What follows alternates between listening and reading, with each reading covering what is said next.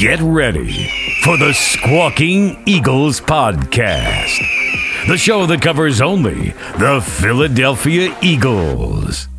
Think different. Think Squawking Eagles Podcast.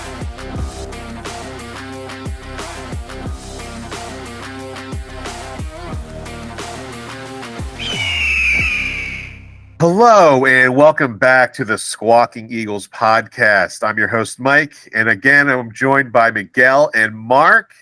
How's it going, boys? Go Birds. What it do?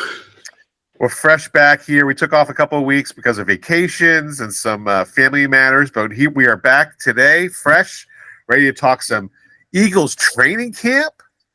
Are you ready for Eagles training camp? We are 1 week in. I'm watching them live right on the NFL Live right now. They got the Camp Pass on. So Can't beat that. Do they? I got to put that on.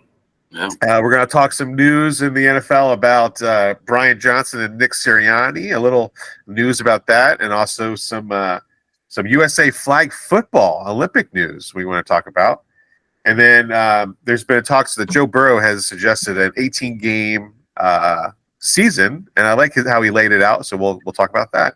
And then finally, we will do some our own NFL power rankings. They've been finally released during training camp, right before training camp started, and we're going to do our own power rankings because sometimes I really don't agree with the power rankings when the NFL or other people do it. So we're going to have our own this year. Each week, we're going to go down our own power rankings, and we're going to have those will be our official power rankings. Are we going to do all 32 teams, or are we doing that? For today, we're going to do all 32 teams. And then during the year, we'll know what the bottom feeders are going to look like, and then we'll just do top 10. Okay. Yeah. Okay, so if you want to follow us on Instagram, Squawking Eagles Podcast, give us a follow, subscribe on YouTube, Squawking Eagles Podcast.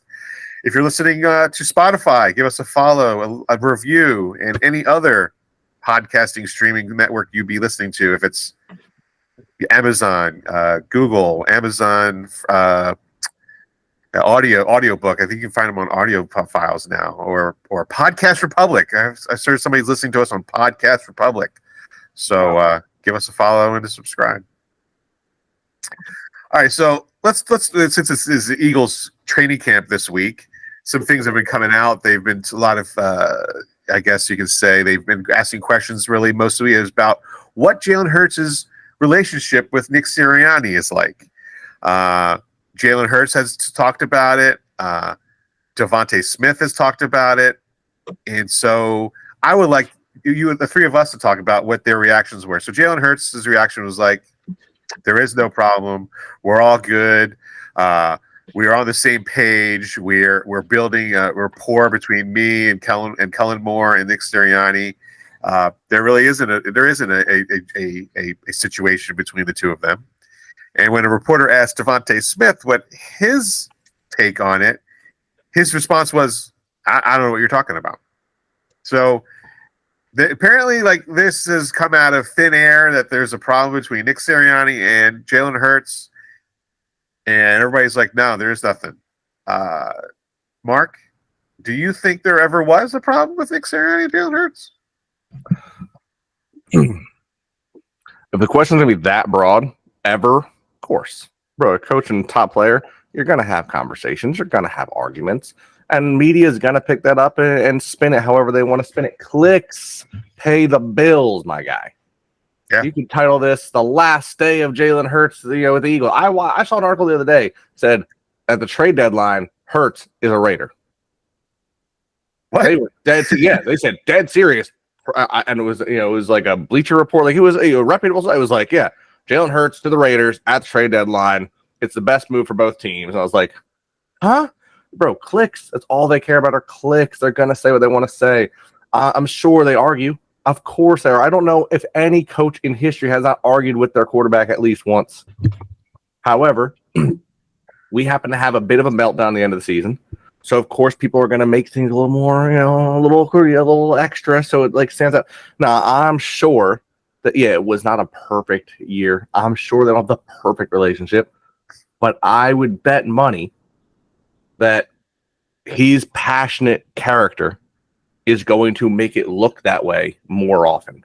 you got to look at the type of person he is. Like, you look at Mike Tomlin. He's famous for being just, almost like Hurts, but as a coach, just level-headed. This is what we're going to do.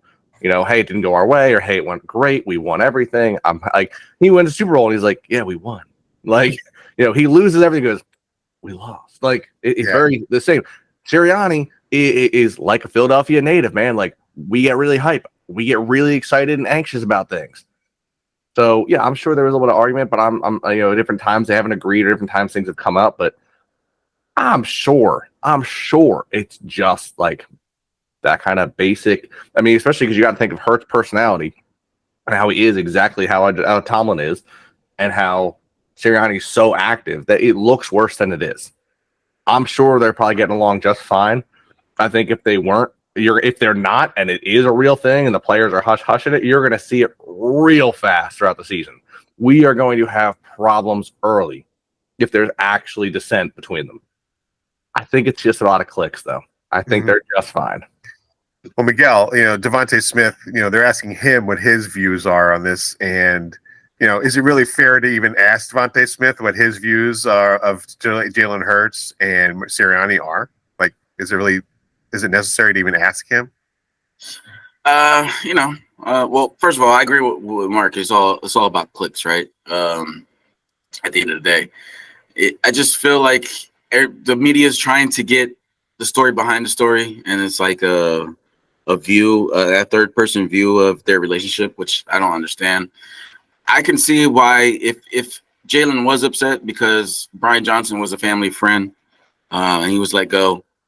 So I could see him being upset. I'd be not sure what happened behind the scenes of that breakup and what happened and what went left, other than what we speculate. So it's not fair that they ask him, but what do you really think you're going to get out of somebody? Because you see them all say, like, they're not going to say anything about it. They're going to be quiet. They're going to be hush. They're trying to leave last year, and yet the media still prying, looking for that clickbait for us to, talk about last year again, which is not something that we need this year. Well, like, you just brought up Brian Johnson, and there's a report put out that Nick Sirianni is primarily responsible for the Eagles' struggles on offense last year. The report is that Sirianni was seemingly 100% responsible for the Eagles' poor play calling and stagnant offense last season. He says, according to a few people in Philadelphia, while Brian Johnson was the offensive coordinator, it was Nick Sirianni's offense you were watching last season, and Sirianni wanted to do it his way. Johnson wasn't calling his own plays. He was solely focused on giving Sirianni the offense that Sirianni wanted to run. So he essentially handcuffed Brian Johnson, apparently, into only calling what Sirianni wanted to call for those games. And I guess in that span of 11 games where the Eagles were seemingly a different team after the 10-1 start, was all Sirianni's fault. And so my question is Sirianni only has his job because he allowed Howie Roseman and Jeffrey Lurie to select their own coordinators? Is that why he has a job still then? I don't know. I don't think. Are you suggesting that the Kellen Moore and Vince Fangio are forced on Sirianni now because of what happened last year, or did Sirianni have a say in who his coordinators were going to be? Do you think? I really don't. I think Sirianni was told that these were going to be his coordinators, and if he doesn't like it, then he's going to have to leave. See, I don't view it that way. I don't.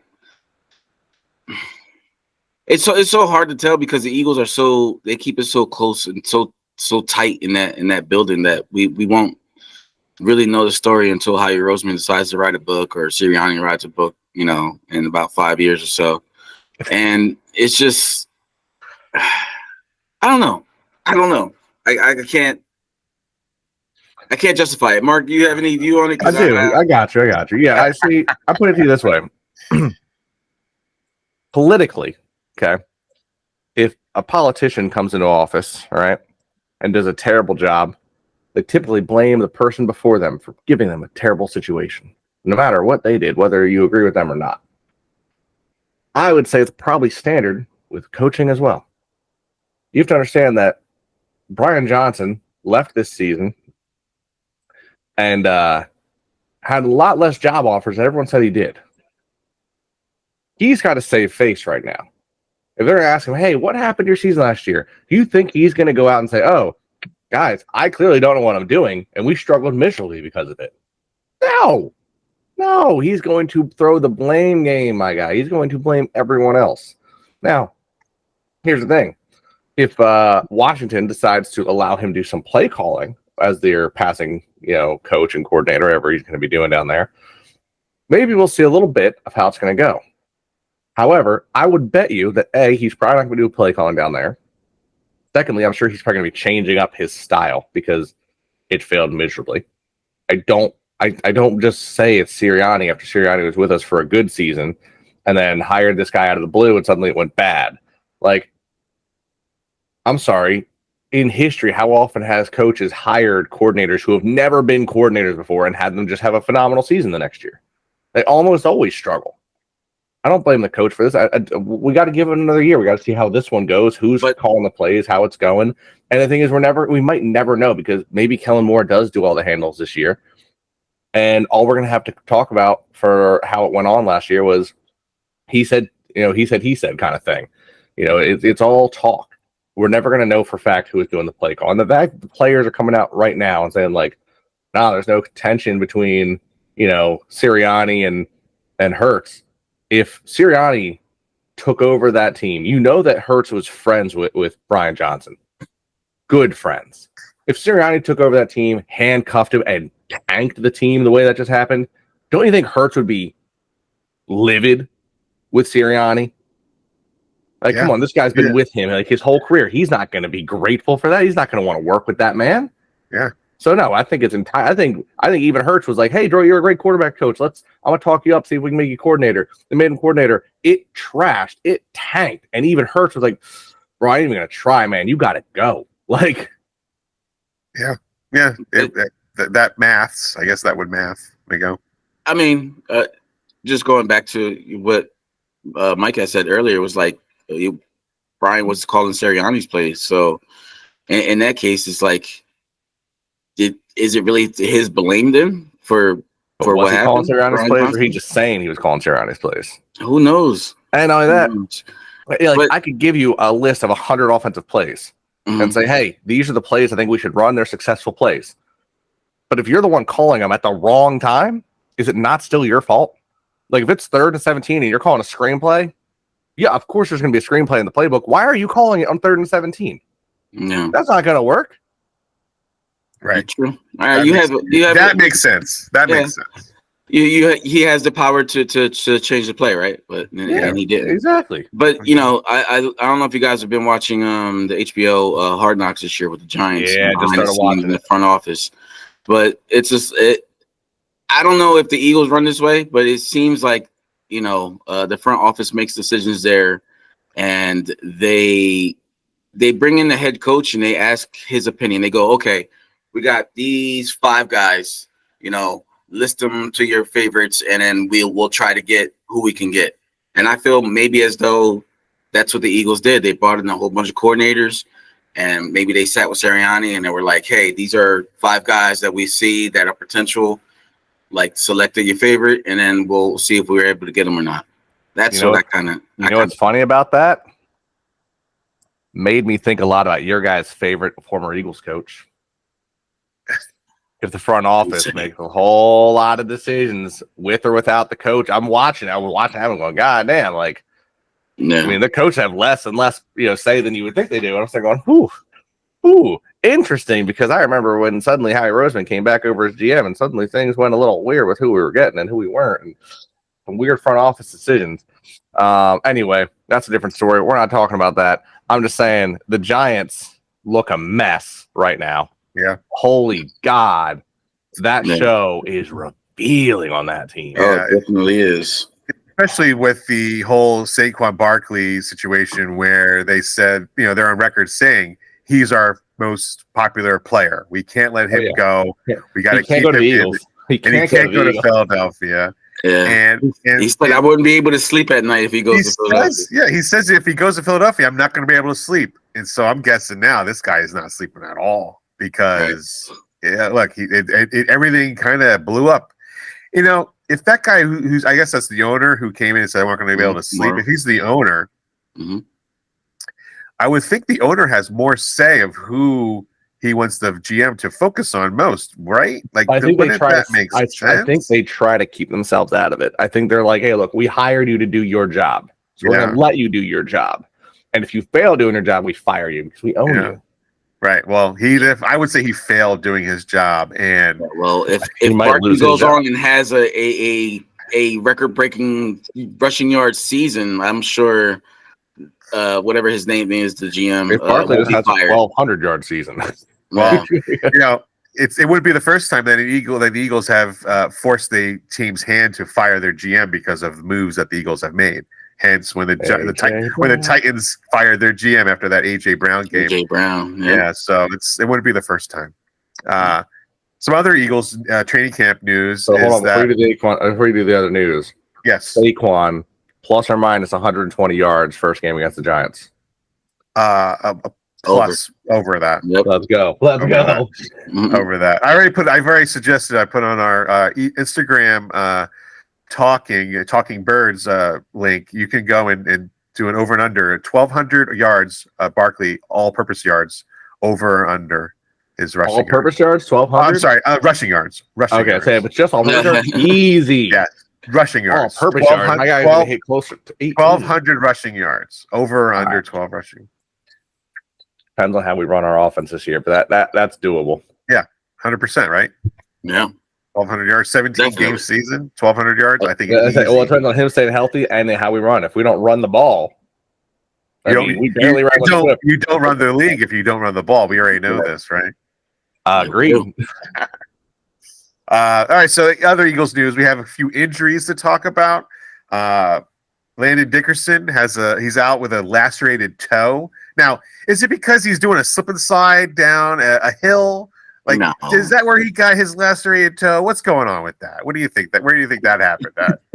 Come on.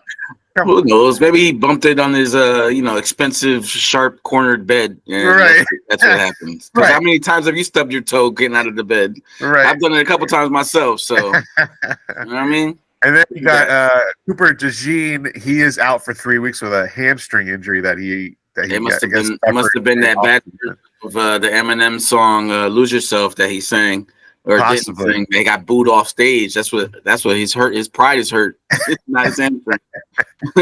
Oh my god! Yeah, so the Eagles have a rookies come up a ritual. The rookies come up and sing songs and. Cooper DeJean sang the Slim Shady song, and hold on, no, he's an Eagle now. It's Cooper DeJean. All right, he's all about that John. I said DeJean to somebody the other day, and that's not his name. I'm like, I know it's not his name. We're changing his last name, JAWN. Officially, if you want his jersey with DeJean, you can go to our website. We have that on there on TeePublic. Nice. You can buy it right now. Nice. So yeah, I think him just like a 3-week injury for a hamstring. Who knows how he hurt that? It was probably working out, hopefully. And Howie Roseman wasn't too upset the fact that he was injured. He knows that he's going to be there and he'll be ready for week 1. Yeah, those hammies take time to heal up. They do. He's going to take his time. Someone made an edit of all these ESPN analysts and such over the past couple of years talking about college kids stuff and pretty much how there's like no white corners. Like you can't, even comedians are making jokes like, oh, I knew I couldn't play that because I'm white. Like can't be a white corner. And then it flashes to like a little montage of Cooper DeJean and Blankenship. And it was like, I don't know, man. I don't know. Maybe there's a revolution. Maybe there's something. And so like there's also talks of who's going to be the Eagles' third wide receiver. There's a bit of Jeremiah try to get hurt too? Did he? He's hurt too. Maybe been new. I didn't catch that one. Mike doesn't want to know that. Mike can't This hear is that true. That was his. That's why I threw it in there. I needed Mike to know that. I have. It's called blinders. They're blinders, and so all I see is keeping you honest here, Mike. But go ahead. So other teams in the league are really worried about their number one receiver, who their quarterback is going to be. Eagles fans are worried about who's that third receiver going to be. We're like super hypersensitive of who the third receiver is going to be on this field. Like that's first world problems right there. That's a first world problem. Definitely. You got to think when your options are between like a veteran like Paris Campbell, who's been reasonably pretty good. Right. We saw what Nada started doing last year. We got Anais Smith. We got the fastest receiver in the league when the edits aren't made to force him to not be the fastest, and John Ross. Yeah. Like, sorry, Xavier Worthy. 5 minutes later is clearly not an official time, my guy. That was a little bit of an edit to make you look good because it makes clicks and it makes money. John Ross is still the fastest player. Maybe he's grown. Maybe he's better. I don't know. We'll see. There's a lot of options. But I don't think we have our third receiver on the roster yet. I think they're going to wait for cuts, and they'll pull somebody maybe. I don't know, man. Maybe a trade for a veteran that requires a 6th or 7th round pick. So maybe we'll see. The Eagles also just signed Devontae Adams. Griffin Herbert. I guess they waived a tackle and they signed another receiver, Griffin Herbert. I don't know anything about the guy, but again, it's another receiver. Right? It's Justin Herbert's brother. Herbert's brother is on his final year at Oregon as a tight end. It's his long lost brother. It's his long lost. Probably not going to make the NFL. So they're bringing in more receivers. They need to see who that third receiver is, who's going to be returning kickoffs and punts. I heard Cooper DeJean is supposed to be Ross, and Isaiah Rodgers has been taking punts. Look, if DeJean's going to be playing as a defensive player, you don't risk him as a punt returner. I agree. Anymore. Especially with how rough our corners have gotten. They constantly get hurt in our life. Let's not put out more risk for that. I agree. Hey, Bryce Young, look at him. He's still miserably bad. Sorry. Bryce Young. Okay, so I think those are Eagles news. I think there's one guy that's the guard. There's been a Nico Bectrum. He was throwing up 10 times on the sidelines, and then after that, he went back in the lineup. He's going to be fighting it out for a guard position with Tyler Steen. So that's going to be a guard battle right there. And so who was that? Bectrum. He was Mekhi Becton. Mekhi Becton. The guy from the Jets. He was throwing up. Yeah, he was throwing up. Threw up 10 times on the sidelines on the first day. Just like dehydrated. It was hot. It was from Monday. Yeah, it was hot, and he was out there. He was throwing up, and then he was still out there grinding it out. So he's gonna fight for. Well, they're saying that guard position. I heard that they were talking about him being that starting guard because Tyler Steen. No, Beckham was going to be the starting guard because Lane Johnson likes playing with somebody big next to him. Oh, okay. And he's a big boy. He's huge. 6'6", I think. Yeah, he's huge. They're both big. Steen's not small either. They're both big boys. Yeah, but I think Becton's bigger. Yeah, Becton's bigger, and he was a first round pick. My boy, 6'7", 363. Jesus Christ. Who's gonna get past that? That's like a wall on the right side between Lane Johnson and him. But after the other side's any smaller? It's not. Nope. It's not. Nope. No. You got Dickerson, who's not a small man, next to Mailata, who's one of the largest men. There's other reports is that I guess the Jalen Carter and Jordan Mailata have been in the ear of the running back coach. Yeah. They want some touches at the goal line. Mailata, you can't Jalen say Carter. no to Mailata, my guy. Finally, like when they drafted Mailata, I thought they were going to use him as a running back. Right? You saw what he did in Australian rules football. Like, how can you not give that man a football to run through a line of men? Like, come on, I got to see it. I mean, what's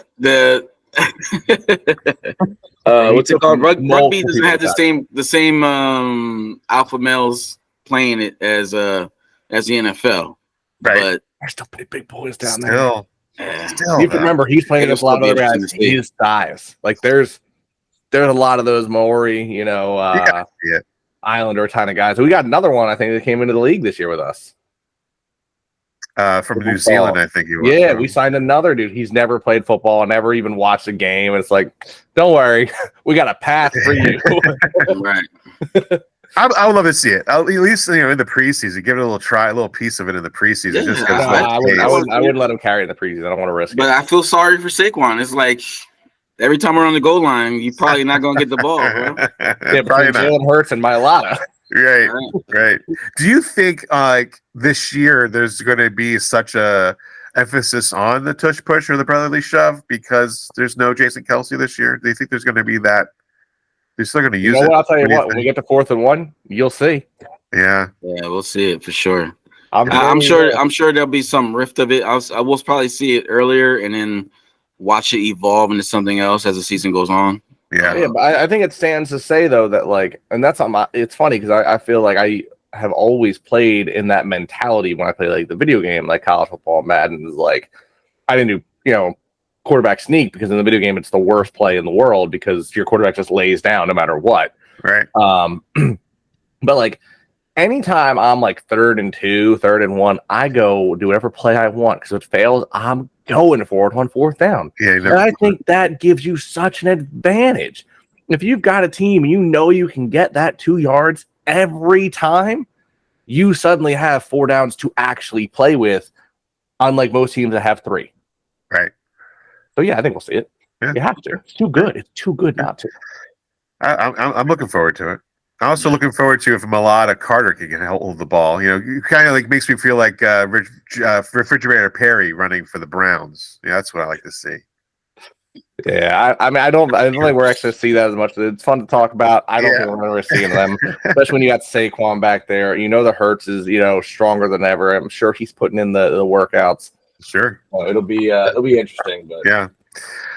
So moving on, we got some news about USA flag football. So the Summer Olympics is going to be in Los Angeles in 2028, I believe. Is that it? 2028? That's the next one. Yeah. Yep. And so I guess there's going to be a possibility of a flag football Olympic sport now because it's going to be in Los Angeles. Whoa. And right? You can't do that. That's not fair. And so Justin Jefferson is on record saying if they're going to have it, he would be interested in playing in it.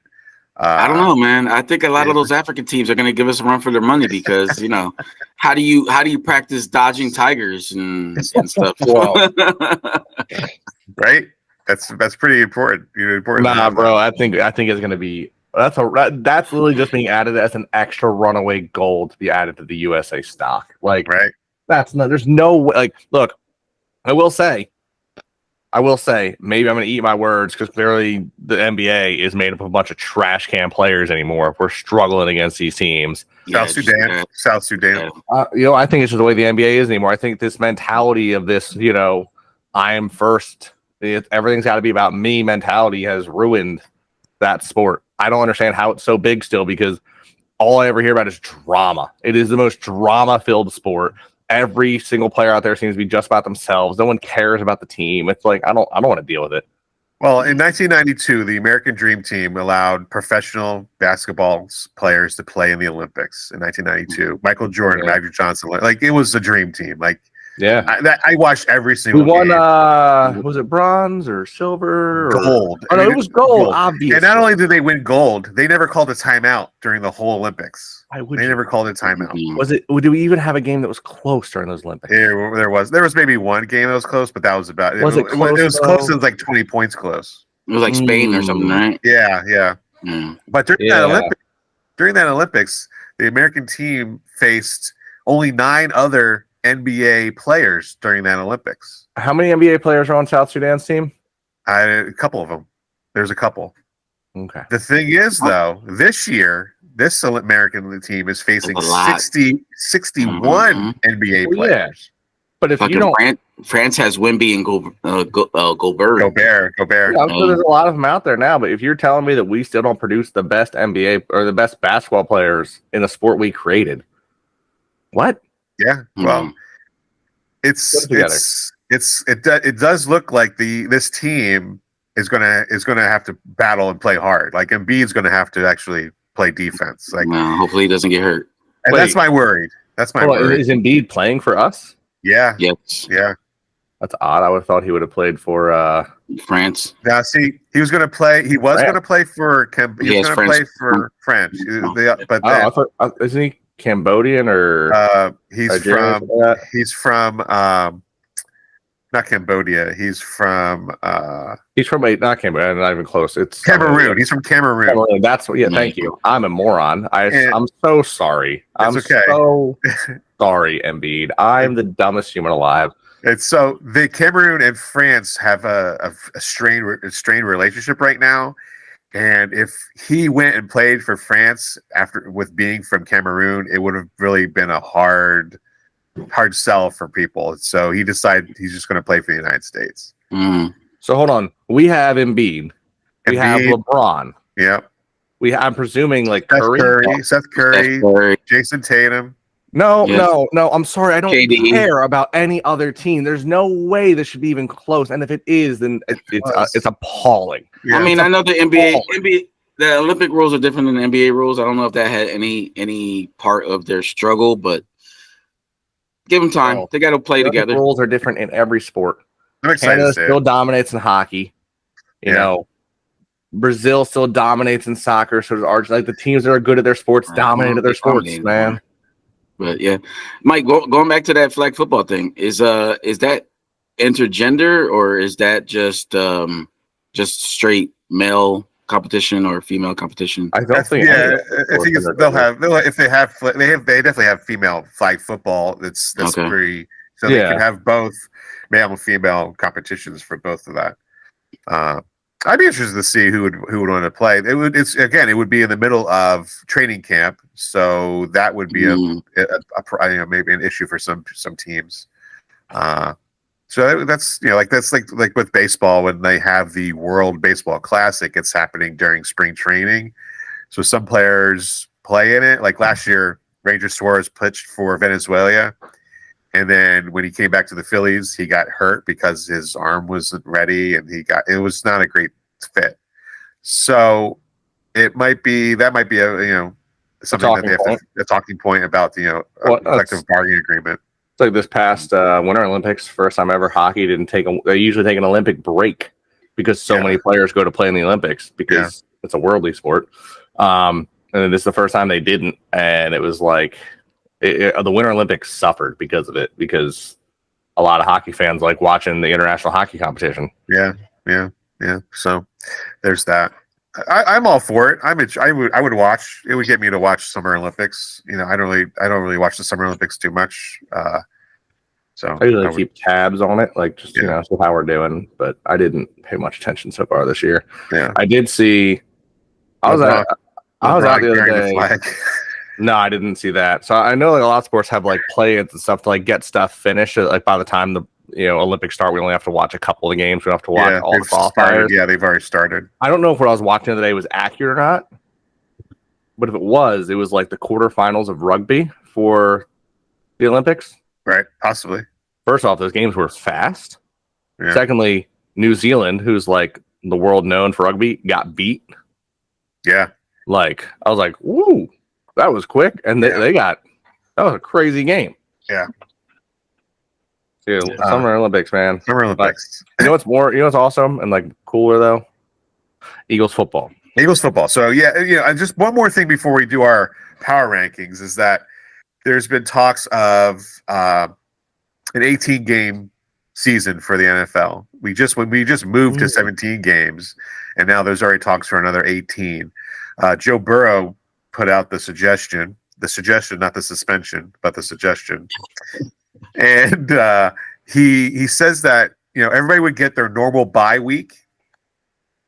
And then a point in the year where everyone would have the same bye week. So everybody gets 2 byes, a random bye and all the same bye. And then during that same bye week is when you would do the Pro Bowl. And it was kind of like how the baseball like a has mid-season thing, like a mid-season thing where they would have like skill competitions and they would do their Pro Bowl in the mid-season. So like 10 weeks of football, week 11's a Pro Bowl week. Yep. Okay.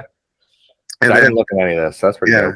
I think I like that. I like the suggestion. And then that would give them an 18-game season, less preseason, and also that would take the Super Bowl to President's Day weekend. And the Super Bowl would be on the day before President's Day on a Monday, and we would have off on Monday. So I'm okay with that. That President's Day off. My My company doesn't get President's Day off, so it doesn't matter. Regardless. Oh man! I don't do either, but you know what? I would take it off. Like, Cough. Right. Feel sick that day. But it seems like Cody Rhodes Jr. over there has a good idea to change the league. It's not a terrible idea. It's not a terrible idea. It's not. We'll see. I mean, we all know that the NFL is about that money. So eventually they're going to do something to push it to 18 games, and why not do it that way if that's the case? Yeah, I feel like that kind of builds with the Pro Bowl a little more too, because I think like the Pro Bowl just happens during a time where I think they've done a good thing going to all the like competition stuff. I think that's always fun to watch.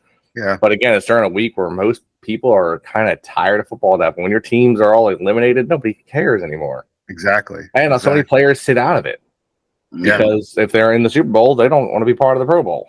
Exactly. You know? So if it gives a bit of more of an emphasis on the Pro Bowl, and we'll be able, and people would watch it more. I think, and I think that he's suggesting that because he wants the Pro Bowl to be important. It's not just why would a player who has definitely played in the Pro Bowl want it to be in there. On a side note, because I just saw it, Jordan Love.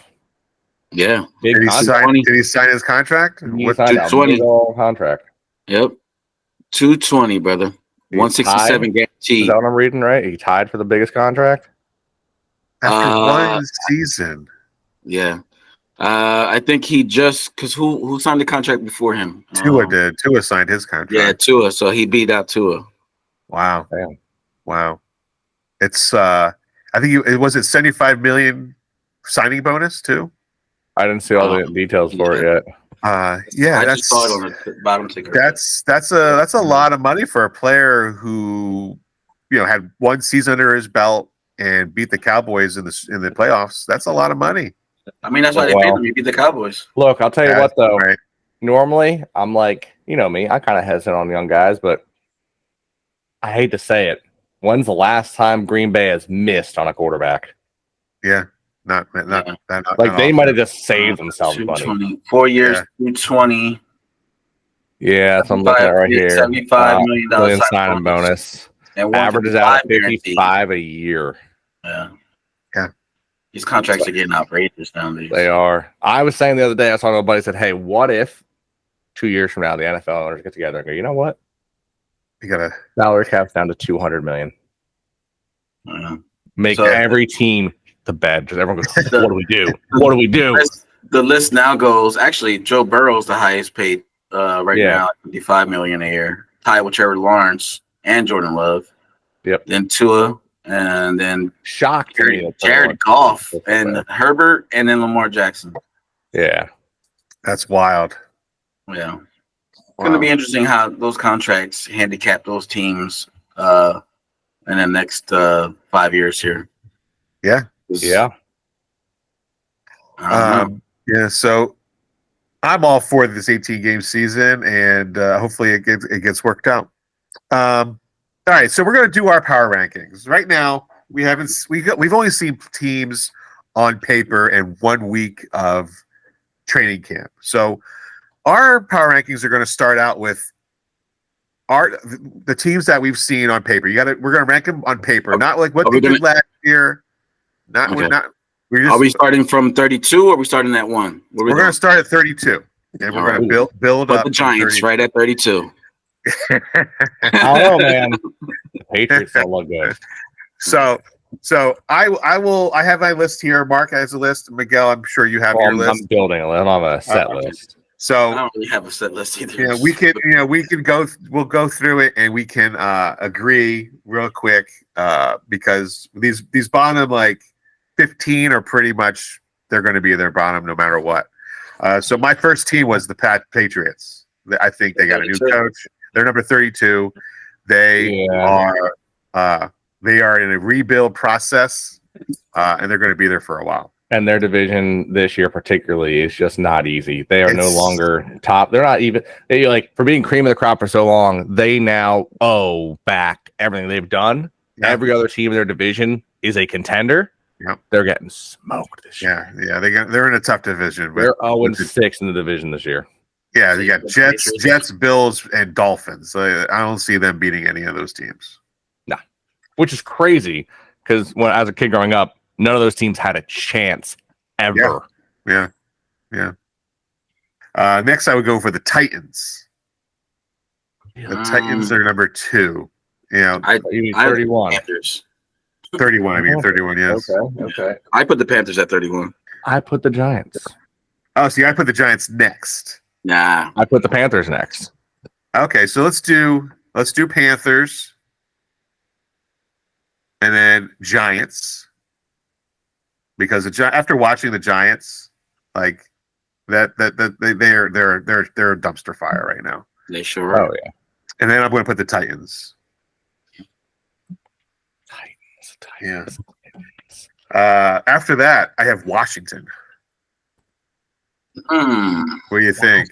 Better than I don't Think so? I don't agree with that. I think they're going to be much better. I think Jaden Daniels is going to be the rookie of the year. And I think I've heard rumors that they are in the trade market for Brandon Ayuk. Wow, that would change their trajectory for sure. Yeah, I mean, have Scary Terry and Ayuk over there. That'd be a problem. Yeah, I would say I so. can see with that. You know who else is going to be terrible down there that could be in that spot though? The Raiders. The Raiders? Yeah. They had Gardner, and they still have Gardner Minshew. Gardner Minshew. They do. He's like Nick Foles. As a backup, you can't do better. As a starter, you can do a lot better. Right. I don't know about that, man. Devontae Adams had proved last year, as good as he is, he cannot carry garbage that far, that long. So, and it's got to be taking a toll on that man's shoulders. I know. So are we putting the Vegas Raiders here? I disagree with it. Oh, where do you say, Miguel? What number? We're 30, right? We're at 28. We're at 28. Yeah. I'd put the Broncos there. The Broncos. Yeah. I'm not against that. As much as I've heard, it's weird. I'm hearing a lot of good things out of their camp, but I'm not against that. They might shock us. They're not going to win anything good though. Like they're not their best. They're going to have is a 500 season. All right. Yeah, because their division's too strong. Yeah. Although I mean they could beat the Raiders, but it's a tough division. We got to see how Bo Nix does with that 80% passing percentage. We'll see. All right. So then after Denver, who do you have at number 27? Bro, I'm losing my place with all this list. Sorry. Yeah. I gotta write it down. So I've got Patriots, Panthers, Giants, Titans, and Denver. If Arizona's down there. I put Tennessee up there. Hold on, Patriots, Giants, Titans, and Denver. Yep. Patriots, Panthers, Giants, Titans, Denver. I also have the Saints down there. Yeah, that's a good spot for me for the Saints. I was about to say the Saints have like one good player anymore because Michael Thomas isn't what Michael Thomas. Alvin Kamara is no longer Alvin Kamara. Yeah. You got Olave, and that's you got to have someone to throw the ball to him. You got Derek Carr, but is Derek Carr still Derek Carr? Clearly not as good as he used to be. Poor guy. Yeah. So all right, Saints. It's weird to say, like, looking at this, I'm like scrolling through the list. I'm like, oh, the Lions, the Bears, the Browns all used to be these bottom feeders, and now like not so much anymore. Not quite as much anymore. Yeah. All right, so we got Saints there. We're now in 26.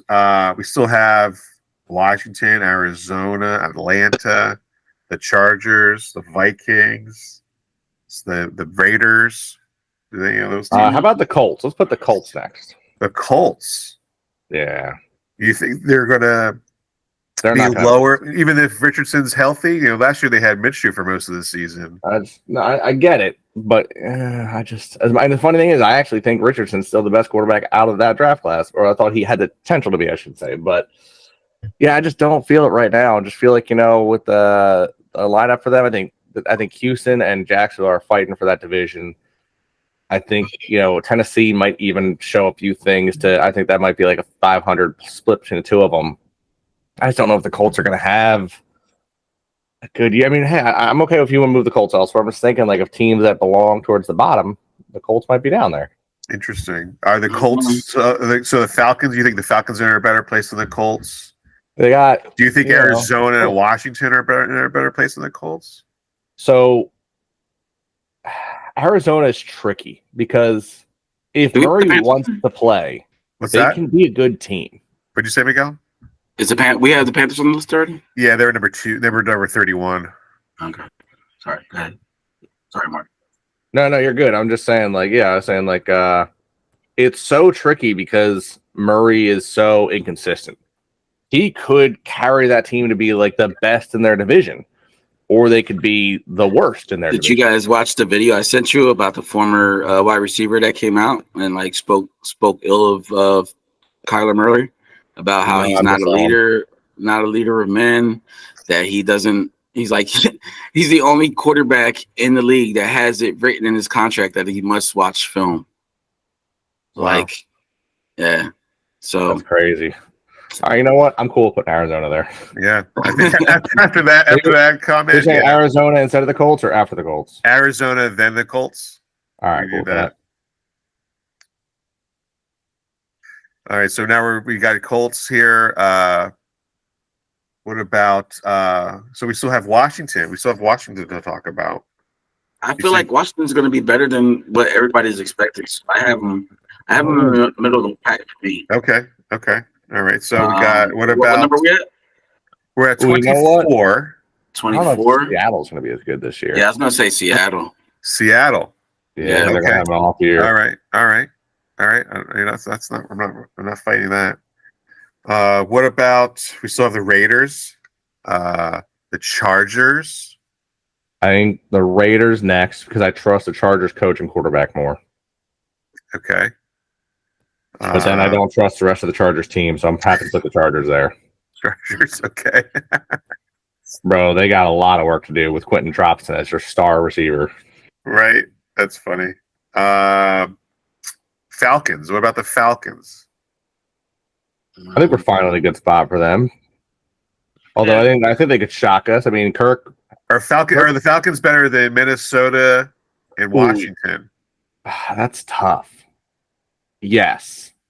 Okay, so the Falcons do not go Falcons there. Falcons are better than Minnesota. Okay, so Minnesota only because Minnesota doesn't have a quarterback. Right. He's holding out too. He hasn't signed his contract yet either. Yeah, imagine being garbage and holding out. Yeah. All right, so then we still have Washington on this board here. Jacksonville, Cincinnati. All right, I would say Chicago. where we're at now, looking at the group, I'm going to say Washington. No, I think Chicago goes here. Chicago is not going to be as good as everyone has hyped for. Falcons are better than Chicago. Falcons and Washington are both better than Chicago. Miguel, what do you think? I agree. Okay. And then I think we see Washington because I think even though they have a better team, I'm not as hating on Jaden Daniels as I was on some quarterbacks from last year's draft. I think still as a rookie, you still got a whole new team kind of coming together with a whole lot of parts. Plus, you have Brian Johnson. It's going to ruin your career. I don't think you can do much better than this. So I'm thinking Washington right here. What is their team this year? What's their team name? Did they come out with that yet? No, they're still the Commanders. I thought they had to change that this year. Oh, no, I don't think so. Oh, okay. I don't think so. I think they there was a debate going back to the Redskins name. They should have. They are. There's a debate for that. I think Atlanta is next, personally. Over Jacksonville? Like, Jacksonville's better than Atlanta? Yeah, Jacksonville has What's that? What number are we at? We are at number 18. So Pittsburgh is better than... we're in the top half now. Yeah, Pittsburgh's better than the Falcons. Normally, I would say no. Like Pittsburgh looks like they're going to fall apart, but Mike Tomlin doesn't know how to lose. Right. I don't know. Did you see Justin Fields the other day throw that bomb? I did not, but I have heard that people are saying that Justin Fields might win that starting spot. Yeah. Oh, really? Over Russell Wilson? Russell is just not performing. He's not there. So I'm putting Atlanta there because even though Kirk is Kirk, and he maybe with Kirk, Drake London plays well. Maybe Kyle Pitts plays well. I still think you can trust Bijan. It's still Atlanta. I got to see more out of them. Yeah. Then I would put Jacksonville next. Then. Really? Yeah. You're gonna attack Miguel's team like this? I know. Well, you put my team. Disrespect. You put my team at 25 of the Colts. You put my Go Blue at 25. Yeah, but he's got the highest paid quarterback in the league. They're champion. Like they got the flow, the long wavy hair. Have you seen their helmets though? The ice white helmets. No, Oh yeah. Their helmets. I don't know if that's gonna look good. It's gonna look good. You know who looks good? Coastal Carolina looks good. Coastal Carolina. Bro, I didn't realize that their state, I'm sure you guys have seen Boise State has that blue field. Yeah. Coastal Carolina is teal. Oh, cool. It looks so nice. And then the one end is just lined with palm trees. Yeah, I wanted to go play baseball in Coastal Carolina. I wanted to play for them in baseball. Bro, I'm going back in time. I'm going to either Charleston or Coastal Carolina. I'm actually going to go to college. I'm going back in time. Right. Okay, so hold on, I gotta look this up. I gotta look at this. So we still have Jacksonville, Cincinnati, Pittsburgh, Tampa Bay. Is this an ice white helmet? Yeah, it's a white helmet they gotta have this year. They're also going to do I throw Tampa Bay up there next. You think Jacksonville and Cincinnati and Pittsburgh are better than Tampa Bay? Okay. Wait. Hold on. I'm sorry. Let me get back to the list. You're saying that Jacksonville is better than Tampa Bay? Better than Pittsburgh? Tampa Bay went to the playoffs. Pittsburgh's better than Tampa Bay?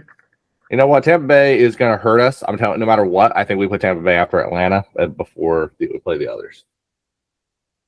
So Tampa Bay's next. Yeah, I think Tampa Bay. I agree. I agree with Miguel. I agree with Miguel, even though I think it's going to hurt us later. I think it's a good spot for now. That's okay. Again, this is going to change over the years. Hassan Reddick's still not there. Yeah. He's not. He is not signed. That's turning out to be a really good move by Howie. Yeah, well, I will say though, the rumors of Devontae Adams and Aaron Rodgers. I know there's that's not real, but he's going to be a Jet. Mike Greenberg says by week 6 he'll be a Jet. That would be nasty. Yeah. I trade Hassan Reddick to the Raiders for Devontae Adams. Done. If it was that easy. It's that easy. Just done. Do it. All right. All right. So again, we still have Jacksonville, Cincinnati, Pittsburgh, the Jets. I'm thinking Pittsburgh here. Personally. Pittsburgh. Yeah, Pittsburgh. Ooh, Pittsburgh. We don't know what they are, so exactly. They have the talent and they have the coaching staff. And I think maybe the Rams aren't as good this year. Didn't they just lose Aaron Donald? Yeah. Yep. I think we got to go with the Rams here, boys. Instead of Pittsburgh. No, after Pittsburgh. Oh, after. Okay, so Rams. Yeah. Because I still don't know what Pittsburgh's going to be like. Yeah. And then we got the Rams. At least I know most. Are we at now? I know Cooper Kupp's still there. I know Puka Nakua's still there. Like I know some players are going to put some numbers up for that team. Yeah, 14. We're at 14 right now. 14. We still have Jacksonville, Cincinnati, the Jets, the Packers, the Bills, the Browns. Browns I feel good with the Browns here. Yeah. Browns here. Yeah. I mean, you're talking on like playoff bound top 14, right? Yeah, we're talking. Yeah, now we're 14 teams here. We're 14 now. So I could see the Browns right at the cusp of the playoffs. So then I would put Bills here too, because the Bills I would say are very on cusp too after losing some players. Yeah, so these are all playoff teams that we're looking at. Yeah. Okay, I like that. Before we go any farther, yes, I want to remind you guys the Cowboys are still on the list. They are still on the list. I know. I don't think this is going to be a good season for them. So do we put the Cowboys right now? I'm cool if you guys don't want to, because they have a good couple of years record, and I understand that even though we hate them, we want to put them lower than they deserve to be. I get it. I'm just saying, in my personal opinion, there's too much in my mind that is screaming Sanders to Dallas next year which only happens if they don't have a great season. Right. Because you can't fire that coach if you make it to the NFC Championship. No. You got to barely make the playoffs and lose first round for him to get fired. Like last year. If they win, you can't just turn around and say, "Yeah, McCarthy, I know you won a lot, so we're going to get rid of you because Dion." But I think Dion and Shadur are going to Dallas. Even if does Dion really go against his word and said he's never going to? He said he's never going to coach in the NFL because he doesn't want to coach men like that. You think he does that? You see how much he's already getting hate at Colorado. You think he wants to deal with that drama anymore? He's going to get one call from Jerry, and he's going to say, "Peace." Jerry's just going to throw a bag of money at him and say, "Here." Oh, man. And Dion's going to take it in a heartbeat. He's going to walk in with that cowboy hat. He's going to walk in with his son as a first-round pick who doesn't deserve to be there because LeBron 2.0. Bro, that's what they're going to do. That's what they're going to do. Nepotism is crazy right now. At its finest. At its finest. At least Lamar Ball's dad. At least Ball wasn't a coach or part of a team when he was so hyped on his sons. At least he was, just an old man. He just wanted his son to get picked. Yeah. All right. So Dallas, number 12. I mean, like I said, I'm cool if we don't put them there because there are other teams who are probably worse. I'm looking at. Okay. So is Jacksonville better than Dallas? Probably not. Okay. So is Cincinnati better than Dallas? No, but they both have more upside than Dallas. Okay. So those two have more upside. Oh no, you have to remember, CeeDee Lamb. As much as I hate Dallas, they have one of the best pass rushers and one of the best receivers to play football. Out too? Yeah, he has he's gonna play. He's not gonna hold out. He's gonna play. He's got to make that money. Yeah. He's trying to rival Jefferson as top receiver in the league. Okay, so are the Packers better than Dallas? Yes. As we saw last year, yes. Okay, so are the Jets better than Dallas? They can be, but I'm okay with putting them below them now because I think there's a higher chance that Rodgers gets hurt. All right, so I'm going to put the Jets here then. The Jets at 12. I'm cool because the Jacksonville's better than the Jets. I'm cool with Jacksonville right with the Jets. Yeah, right next to it. Okay, so below. Jets. Yeah. Jets and then Jacksonville. Mm-hmm. And then now we're in our top 10. Our top 10. So we have. I might get some heat for this, but I'm going to say put the Eagles here. Now we're talking about on paper. We're talking about paper here. The Eagles are at 10. Hey, you know what? I'm not going to argue. You got a whole new coaching staff pretty much besides Sirianni. You don't know what kind of offense we're going to look like. You don't know what Vic Fangio is going to bring to the table. We have the talent here. I say on paper, I like him closer to 5, but I'm not against him where he's putting him here. Although, look at who else is still left. Hold on. Hold on. Let's stop this. We're gonna stop it. We're at 10, right? We're at 10. Let's skip to 1 and work backwards. All right, number 1. We gotta. I hate it. It's the Chiefs, right? There's no argument here. They are defending champions. They should go back-to-back defending champions with the same head coach, who we know as Eagles fans is a winning head coach, with the same quarterback. Which I've had arguments with people for the past 2 weeks about why Mahomes has been so good. And why players like Herbert and players like Hurts, who have had phenomenal years, don't look as good. And the people are like, "Oh, well, it's because Mahomes is just that good." I'm like, no, I'm not saying Mahomes isn't that good. But in the past 7 or 8 years, both Hurts and Herbert have gone through 8 different coaching staffs. Yes, they have. Hurts has gone through 8 in the past 10 years. Yeah, right. Herbert's gone through 7 or 8 in the past 8 years. At college, he constantly had new people. Yeah. He got to the NFL. He's constantly had new people. And you're looking at going all right, well, how is it? In my opinion, I'm looking at it. Obviously, I'm biased. I get it. I'm an Eagles fan and I'm a Herbert fan. But when you come in and tell me that Herbert has broken 7 or 8 records set by Pat Mahomes already, when he's constantly working with a new team and a new playbook every single year, Mahomes hasn't changed the playbook since he left college. He's learned one playbook and stuck with it. Yep. I'm just saying. But that is a good reason for Chiefs to be number 1. You know what? I guess I can argue with you, and I probably don't want to argue with you because you are right. You are right because If say the San Francisco had won the Super Bowl last year, I would want to put San Francisco there because they are defending champions. So for the argument's sake, since they won last year, I can tell you right now, I don't have San Fran at number 2. I will put my number 2. Ayuk's holding out. Trent Williams is holding out. That team's not happy. The money's hitting everywhere, and Brock Purdy is overrated. Last year, when Ayuk or Debo were hurt, he couldn't complete passes. You know who number 2 is? Detroit. Detroit. They are. If it's not the Eagles here this year, it's the Lions. They are ferocious. They have the number 1 O-line. Their team is just. I feel like we lost too much on defense, though. Well, where's your number 2, Miguel? What do you think is Baltimore? number 2? I say Baltimore number 2. I won't argue Baltimore. I'm cool. If we want to put Baltimore 2, I'm going to stand that Detroit's 3rd. Yeah, then Detroit would be 3. I agree with that. Having 2 AFC teams at the top, kind of shot. I still think Detroit. And then the Niners at 5. Who's 4? Niners at 5. Oh, we're 4. Yeah, we're 4. So we got KC, Baltimore, Detroit, San Francisco. Miguel? Miami Miami at 5. Really? Miami at 4. This is at 4. At 4. Wow. Okay. Yeah, they gave that big money to Tua. He's going to have to perform, right? All right. Personally, my next three, I think, have to be Niners, Eagles, Green Bay. Niners, Eagles. That's my 3. I'm not saying that's our 3. I'm saying that's my 3.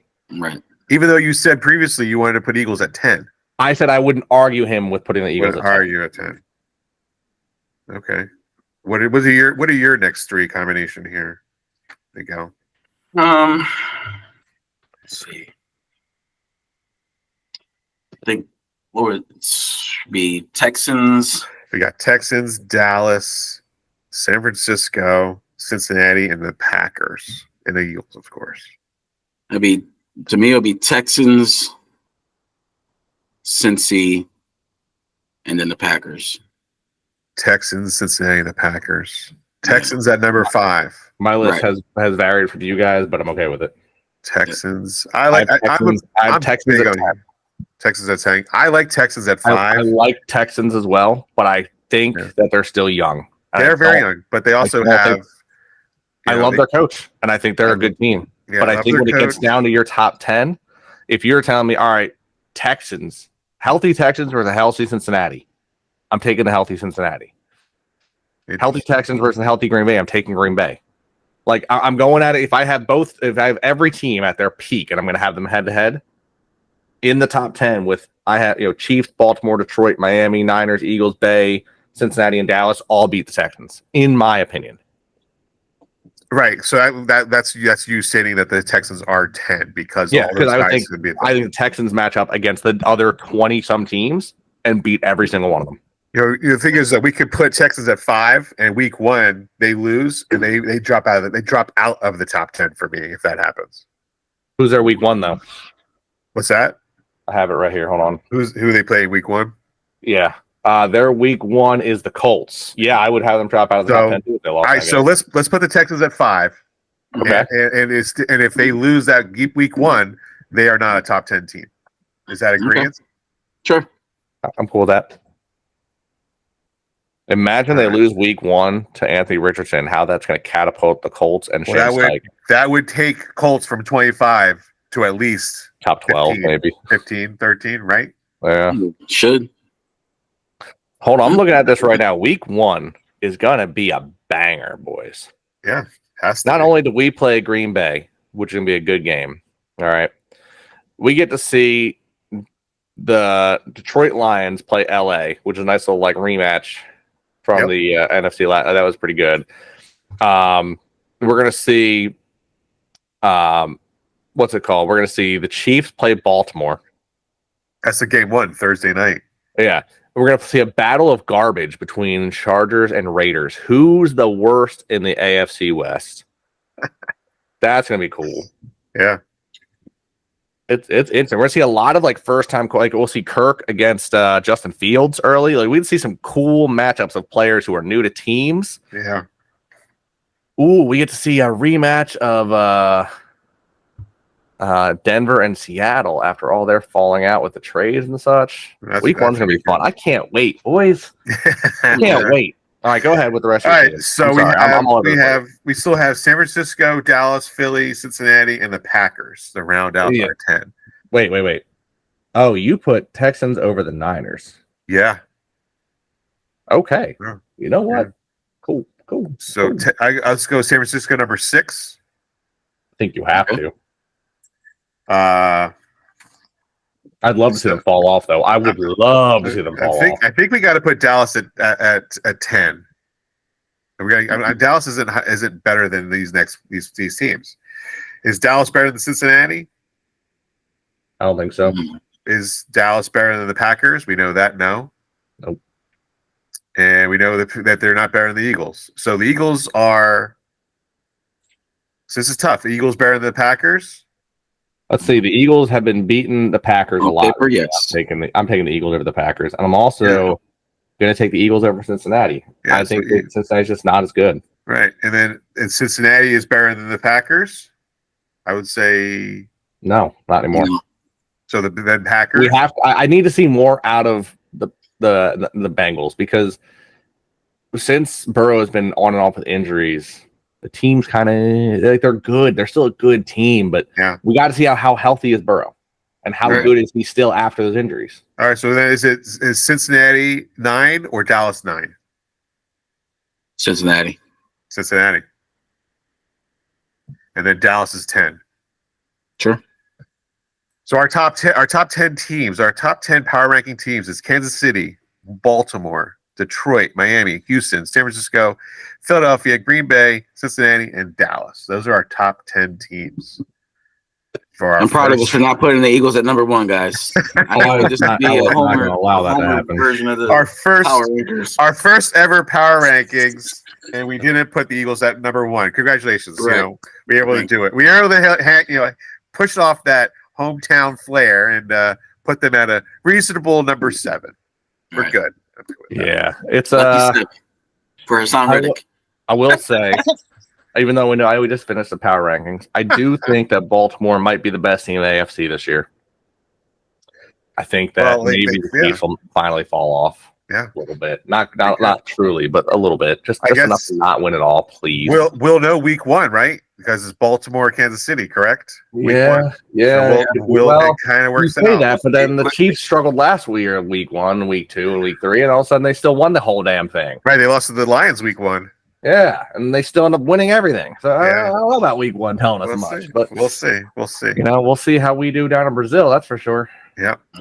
Boys, thank you again. We're back. Happy to be recording again. We'll get back on this recording sessions earlier and more often because the summer is winding down and training camp is in full-fledged. Let's go. Football is back. You already know how we do. Guys, Stoutland University is officially in session. Eagles. Go Birds.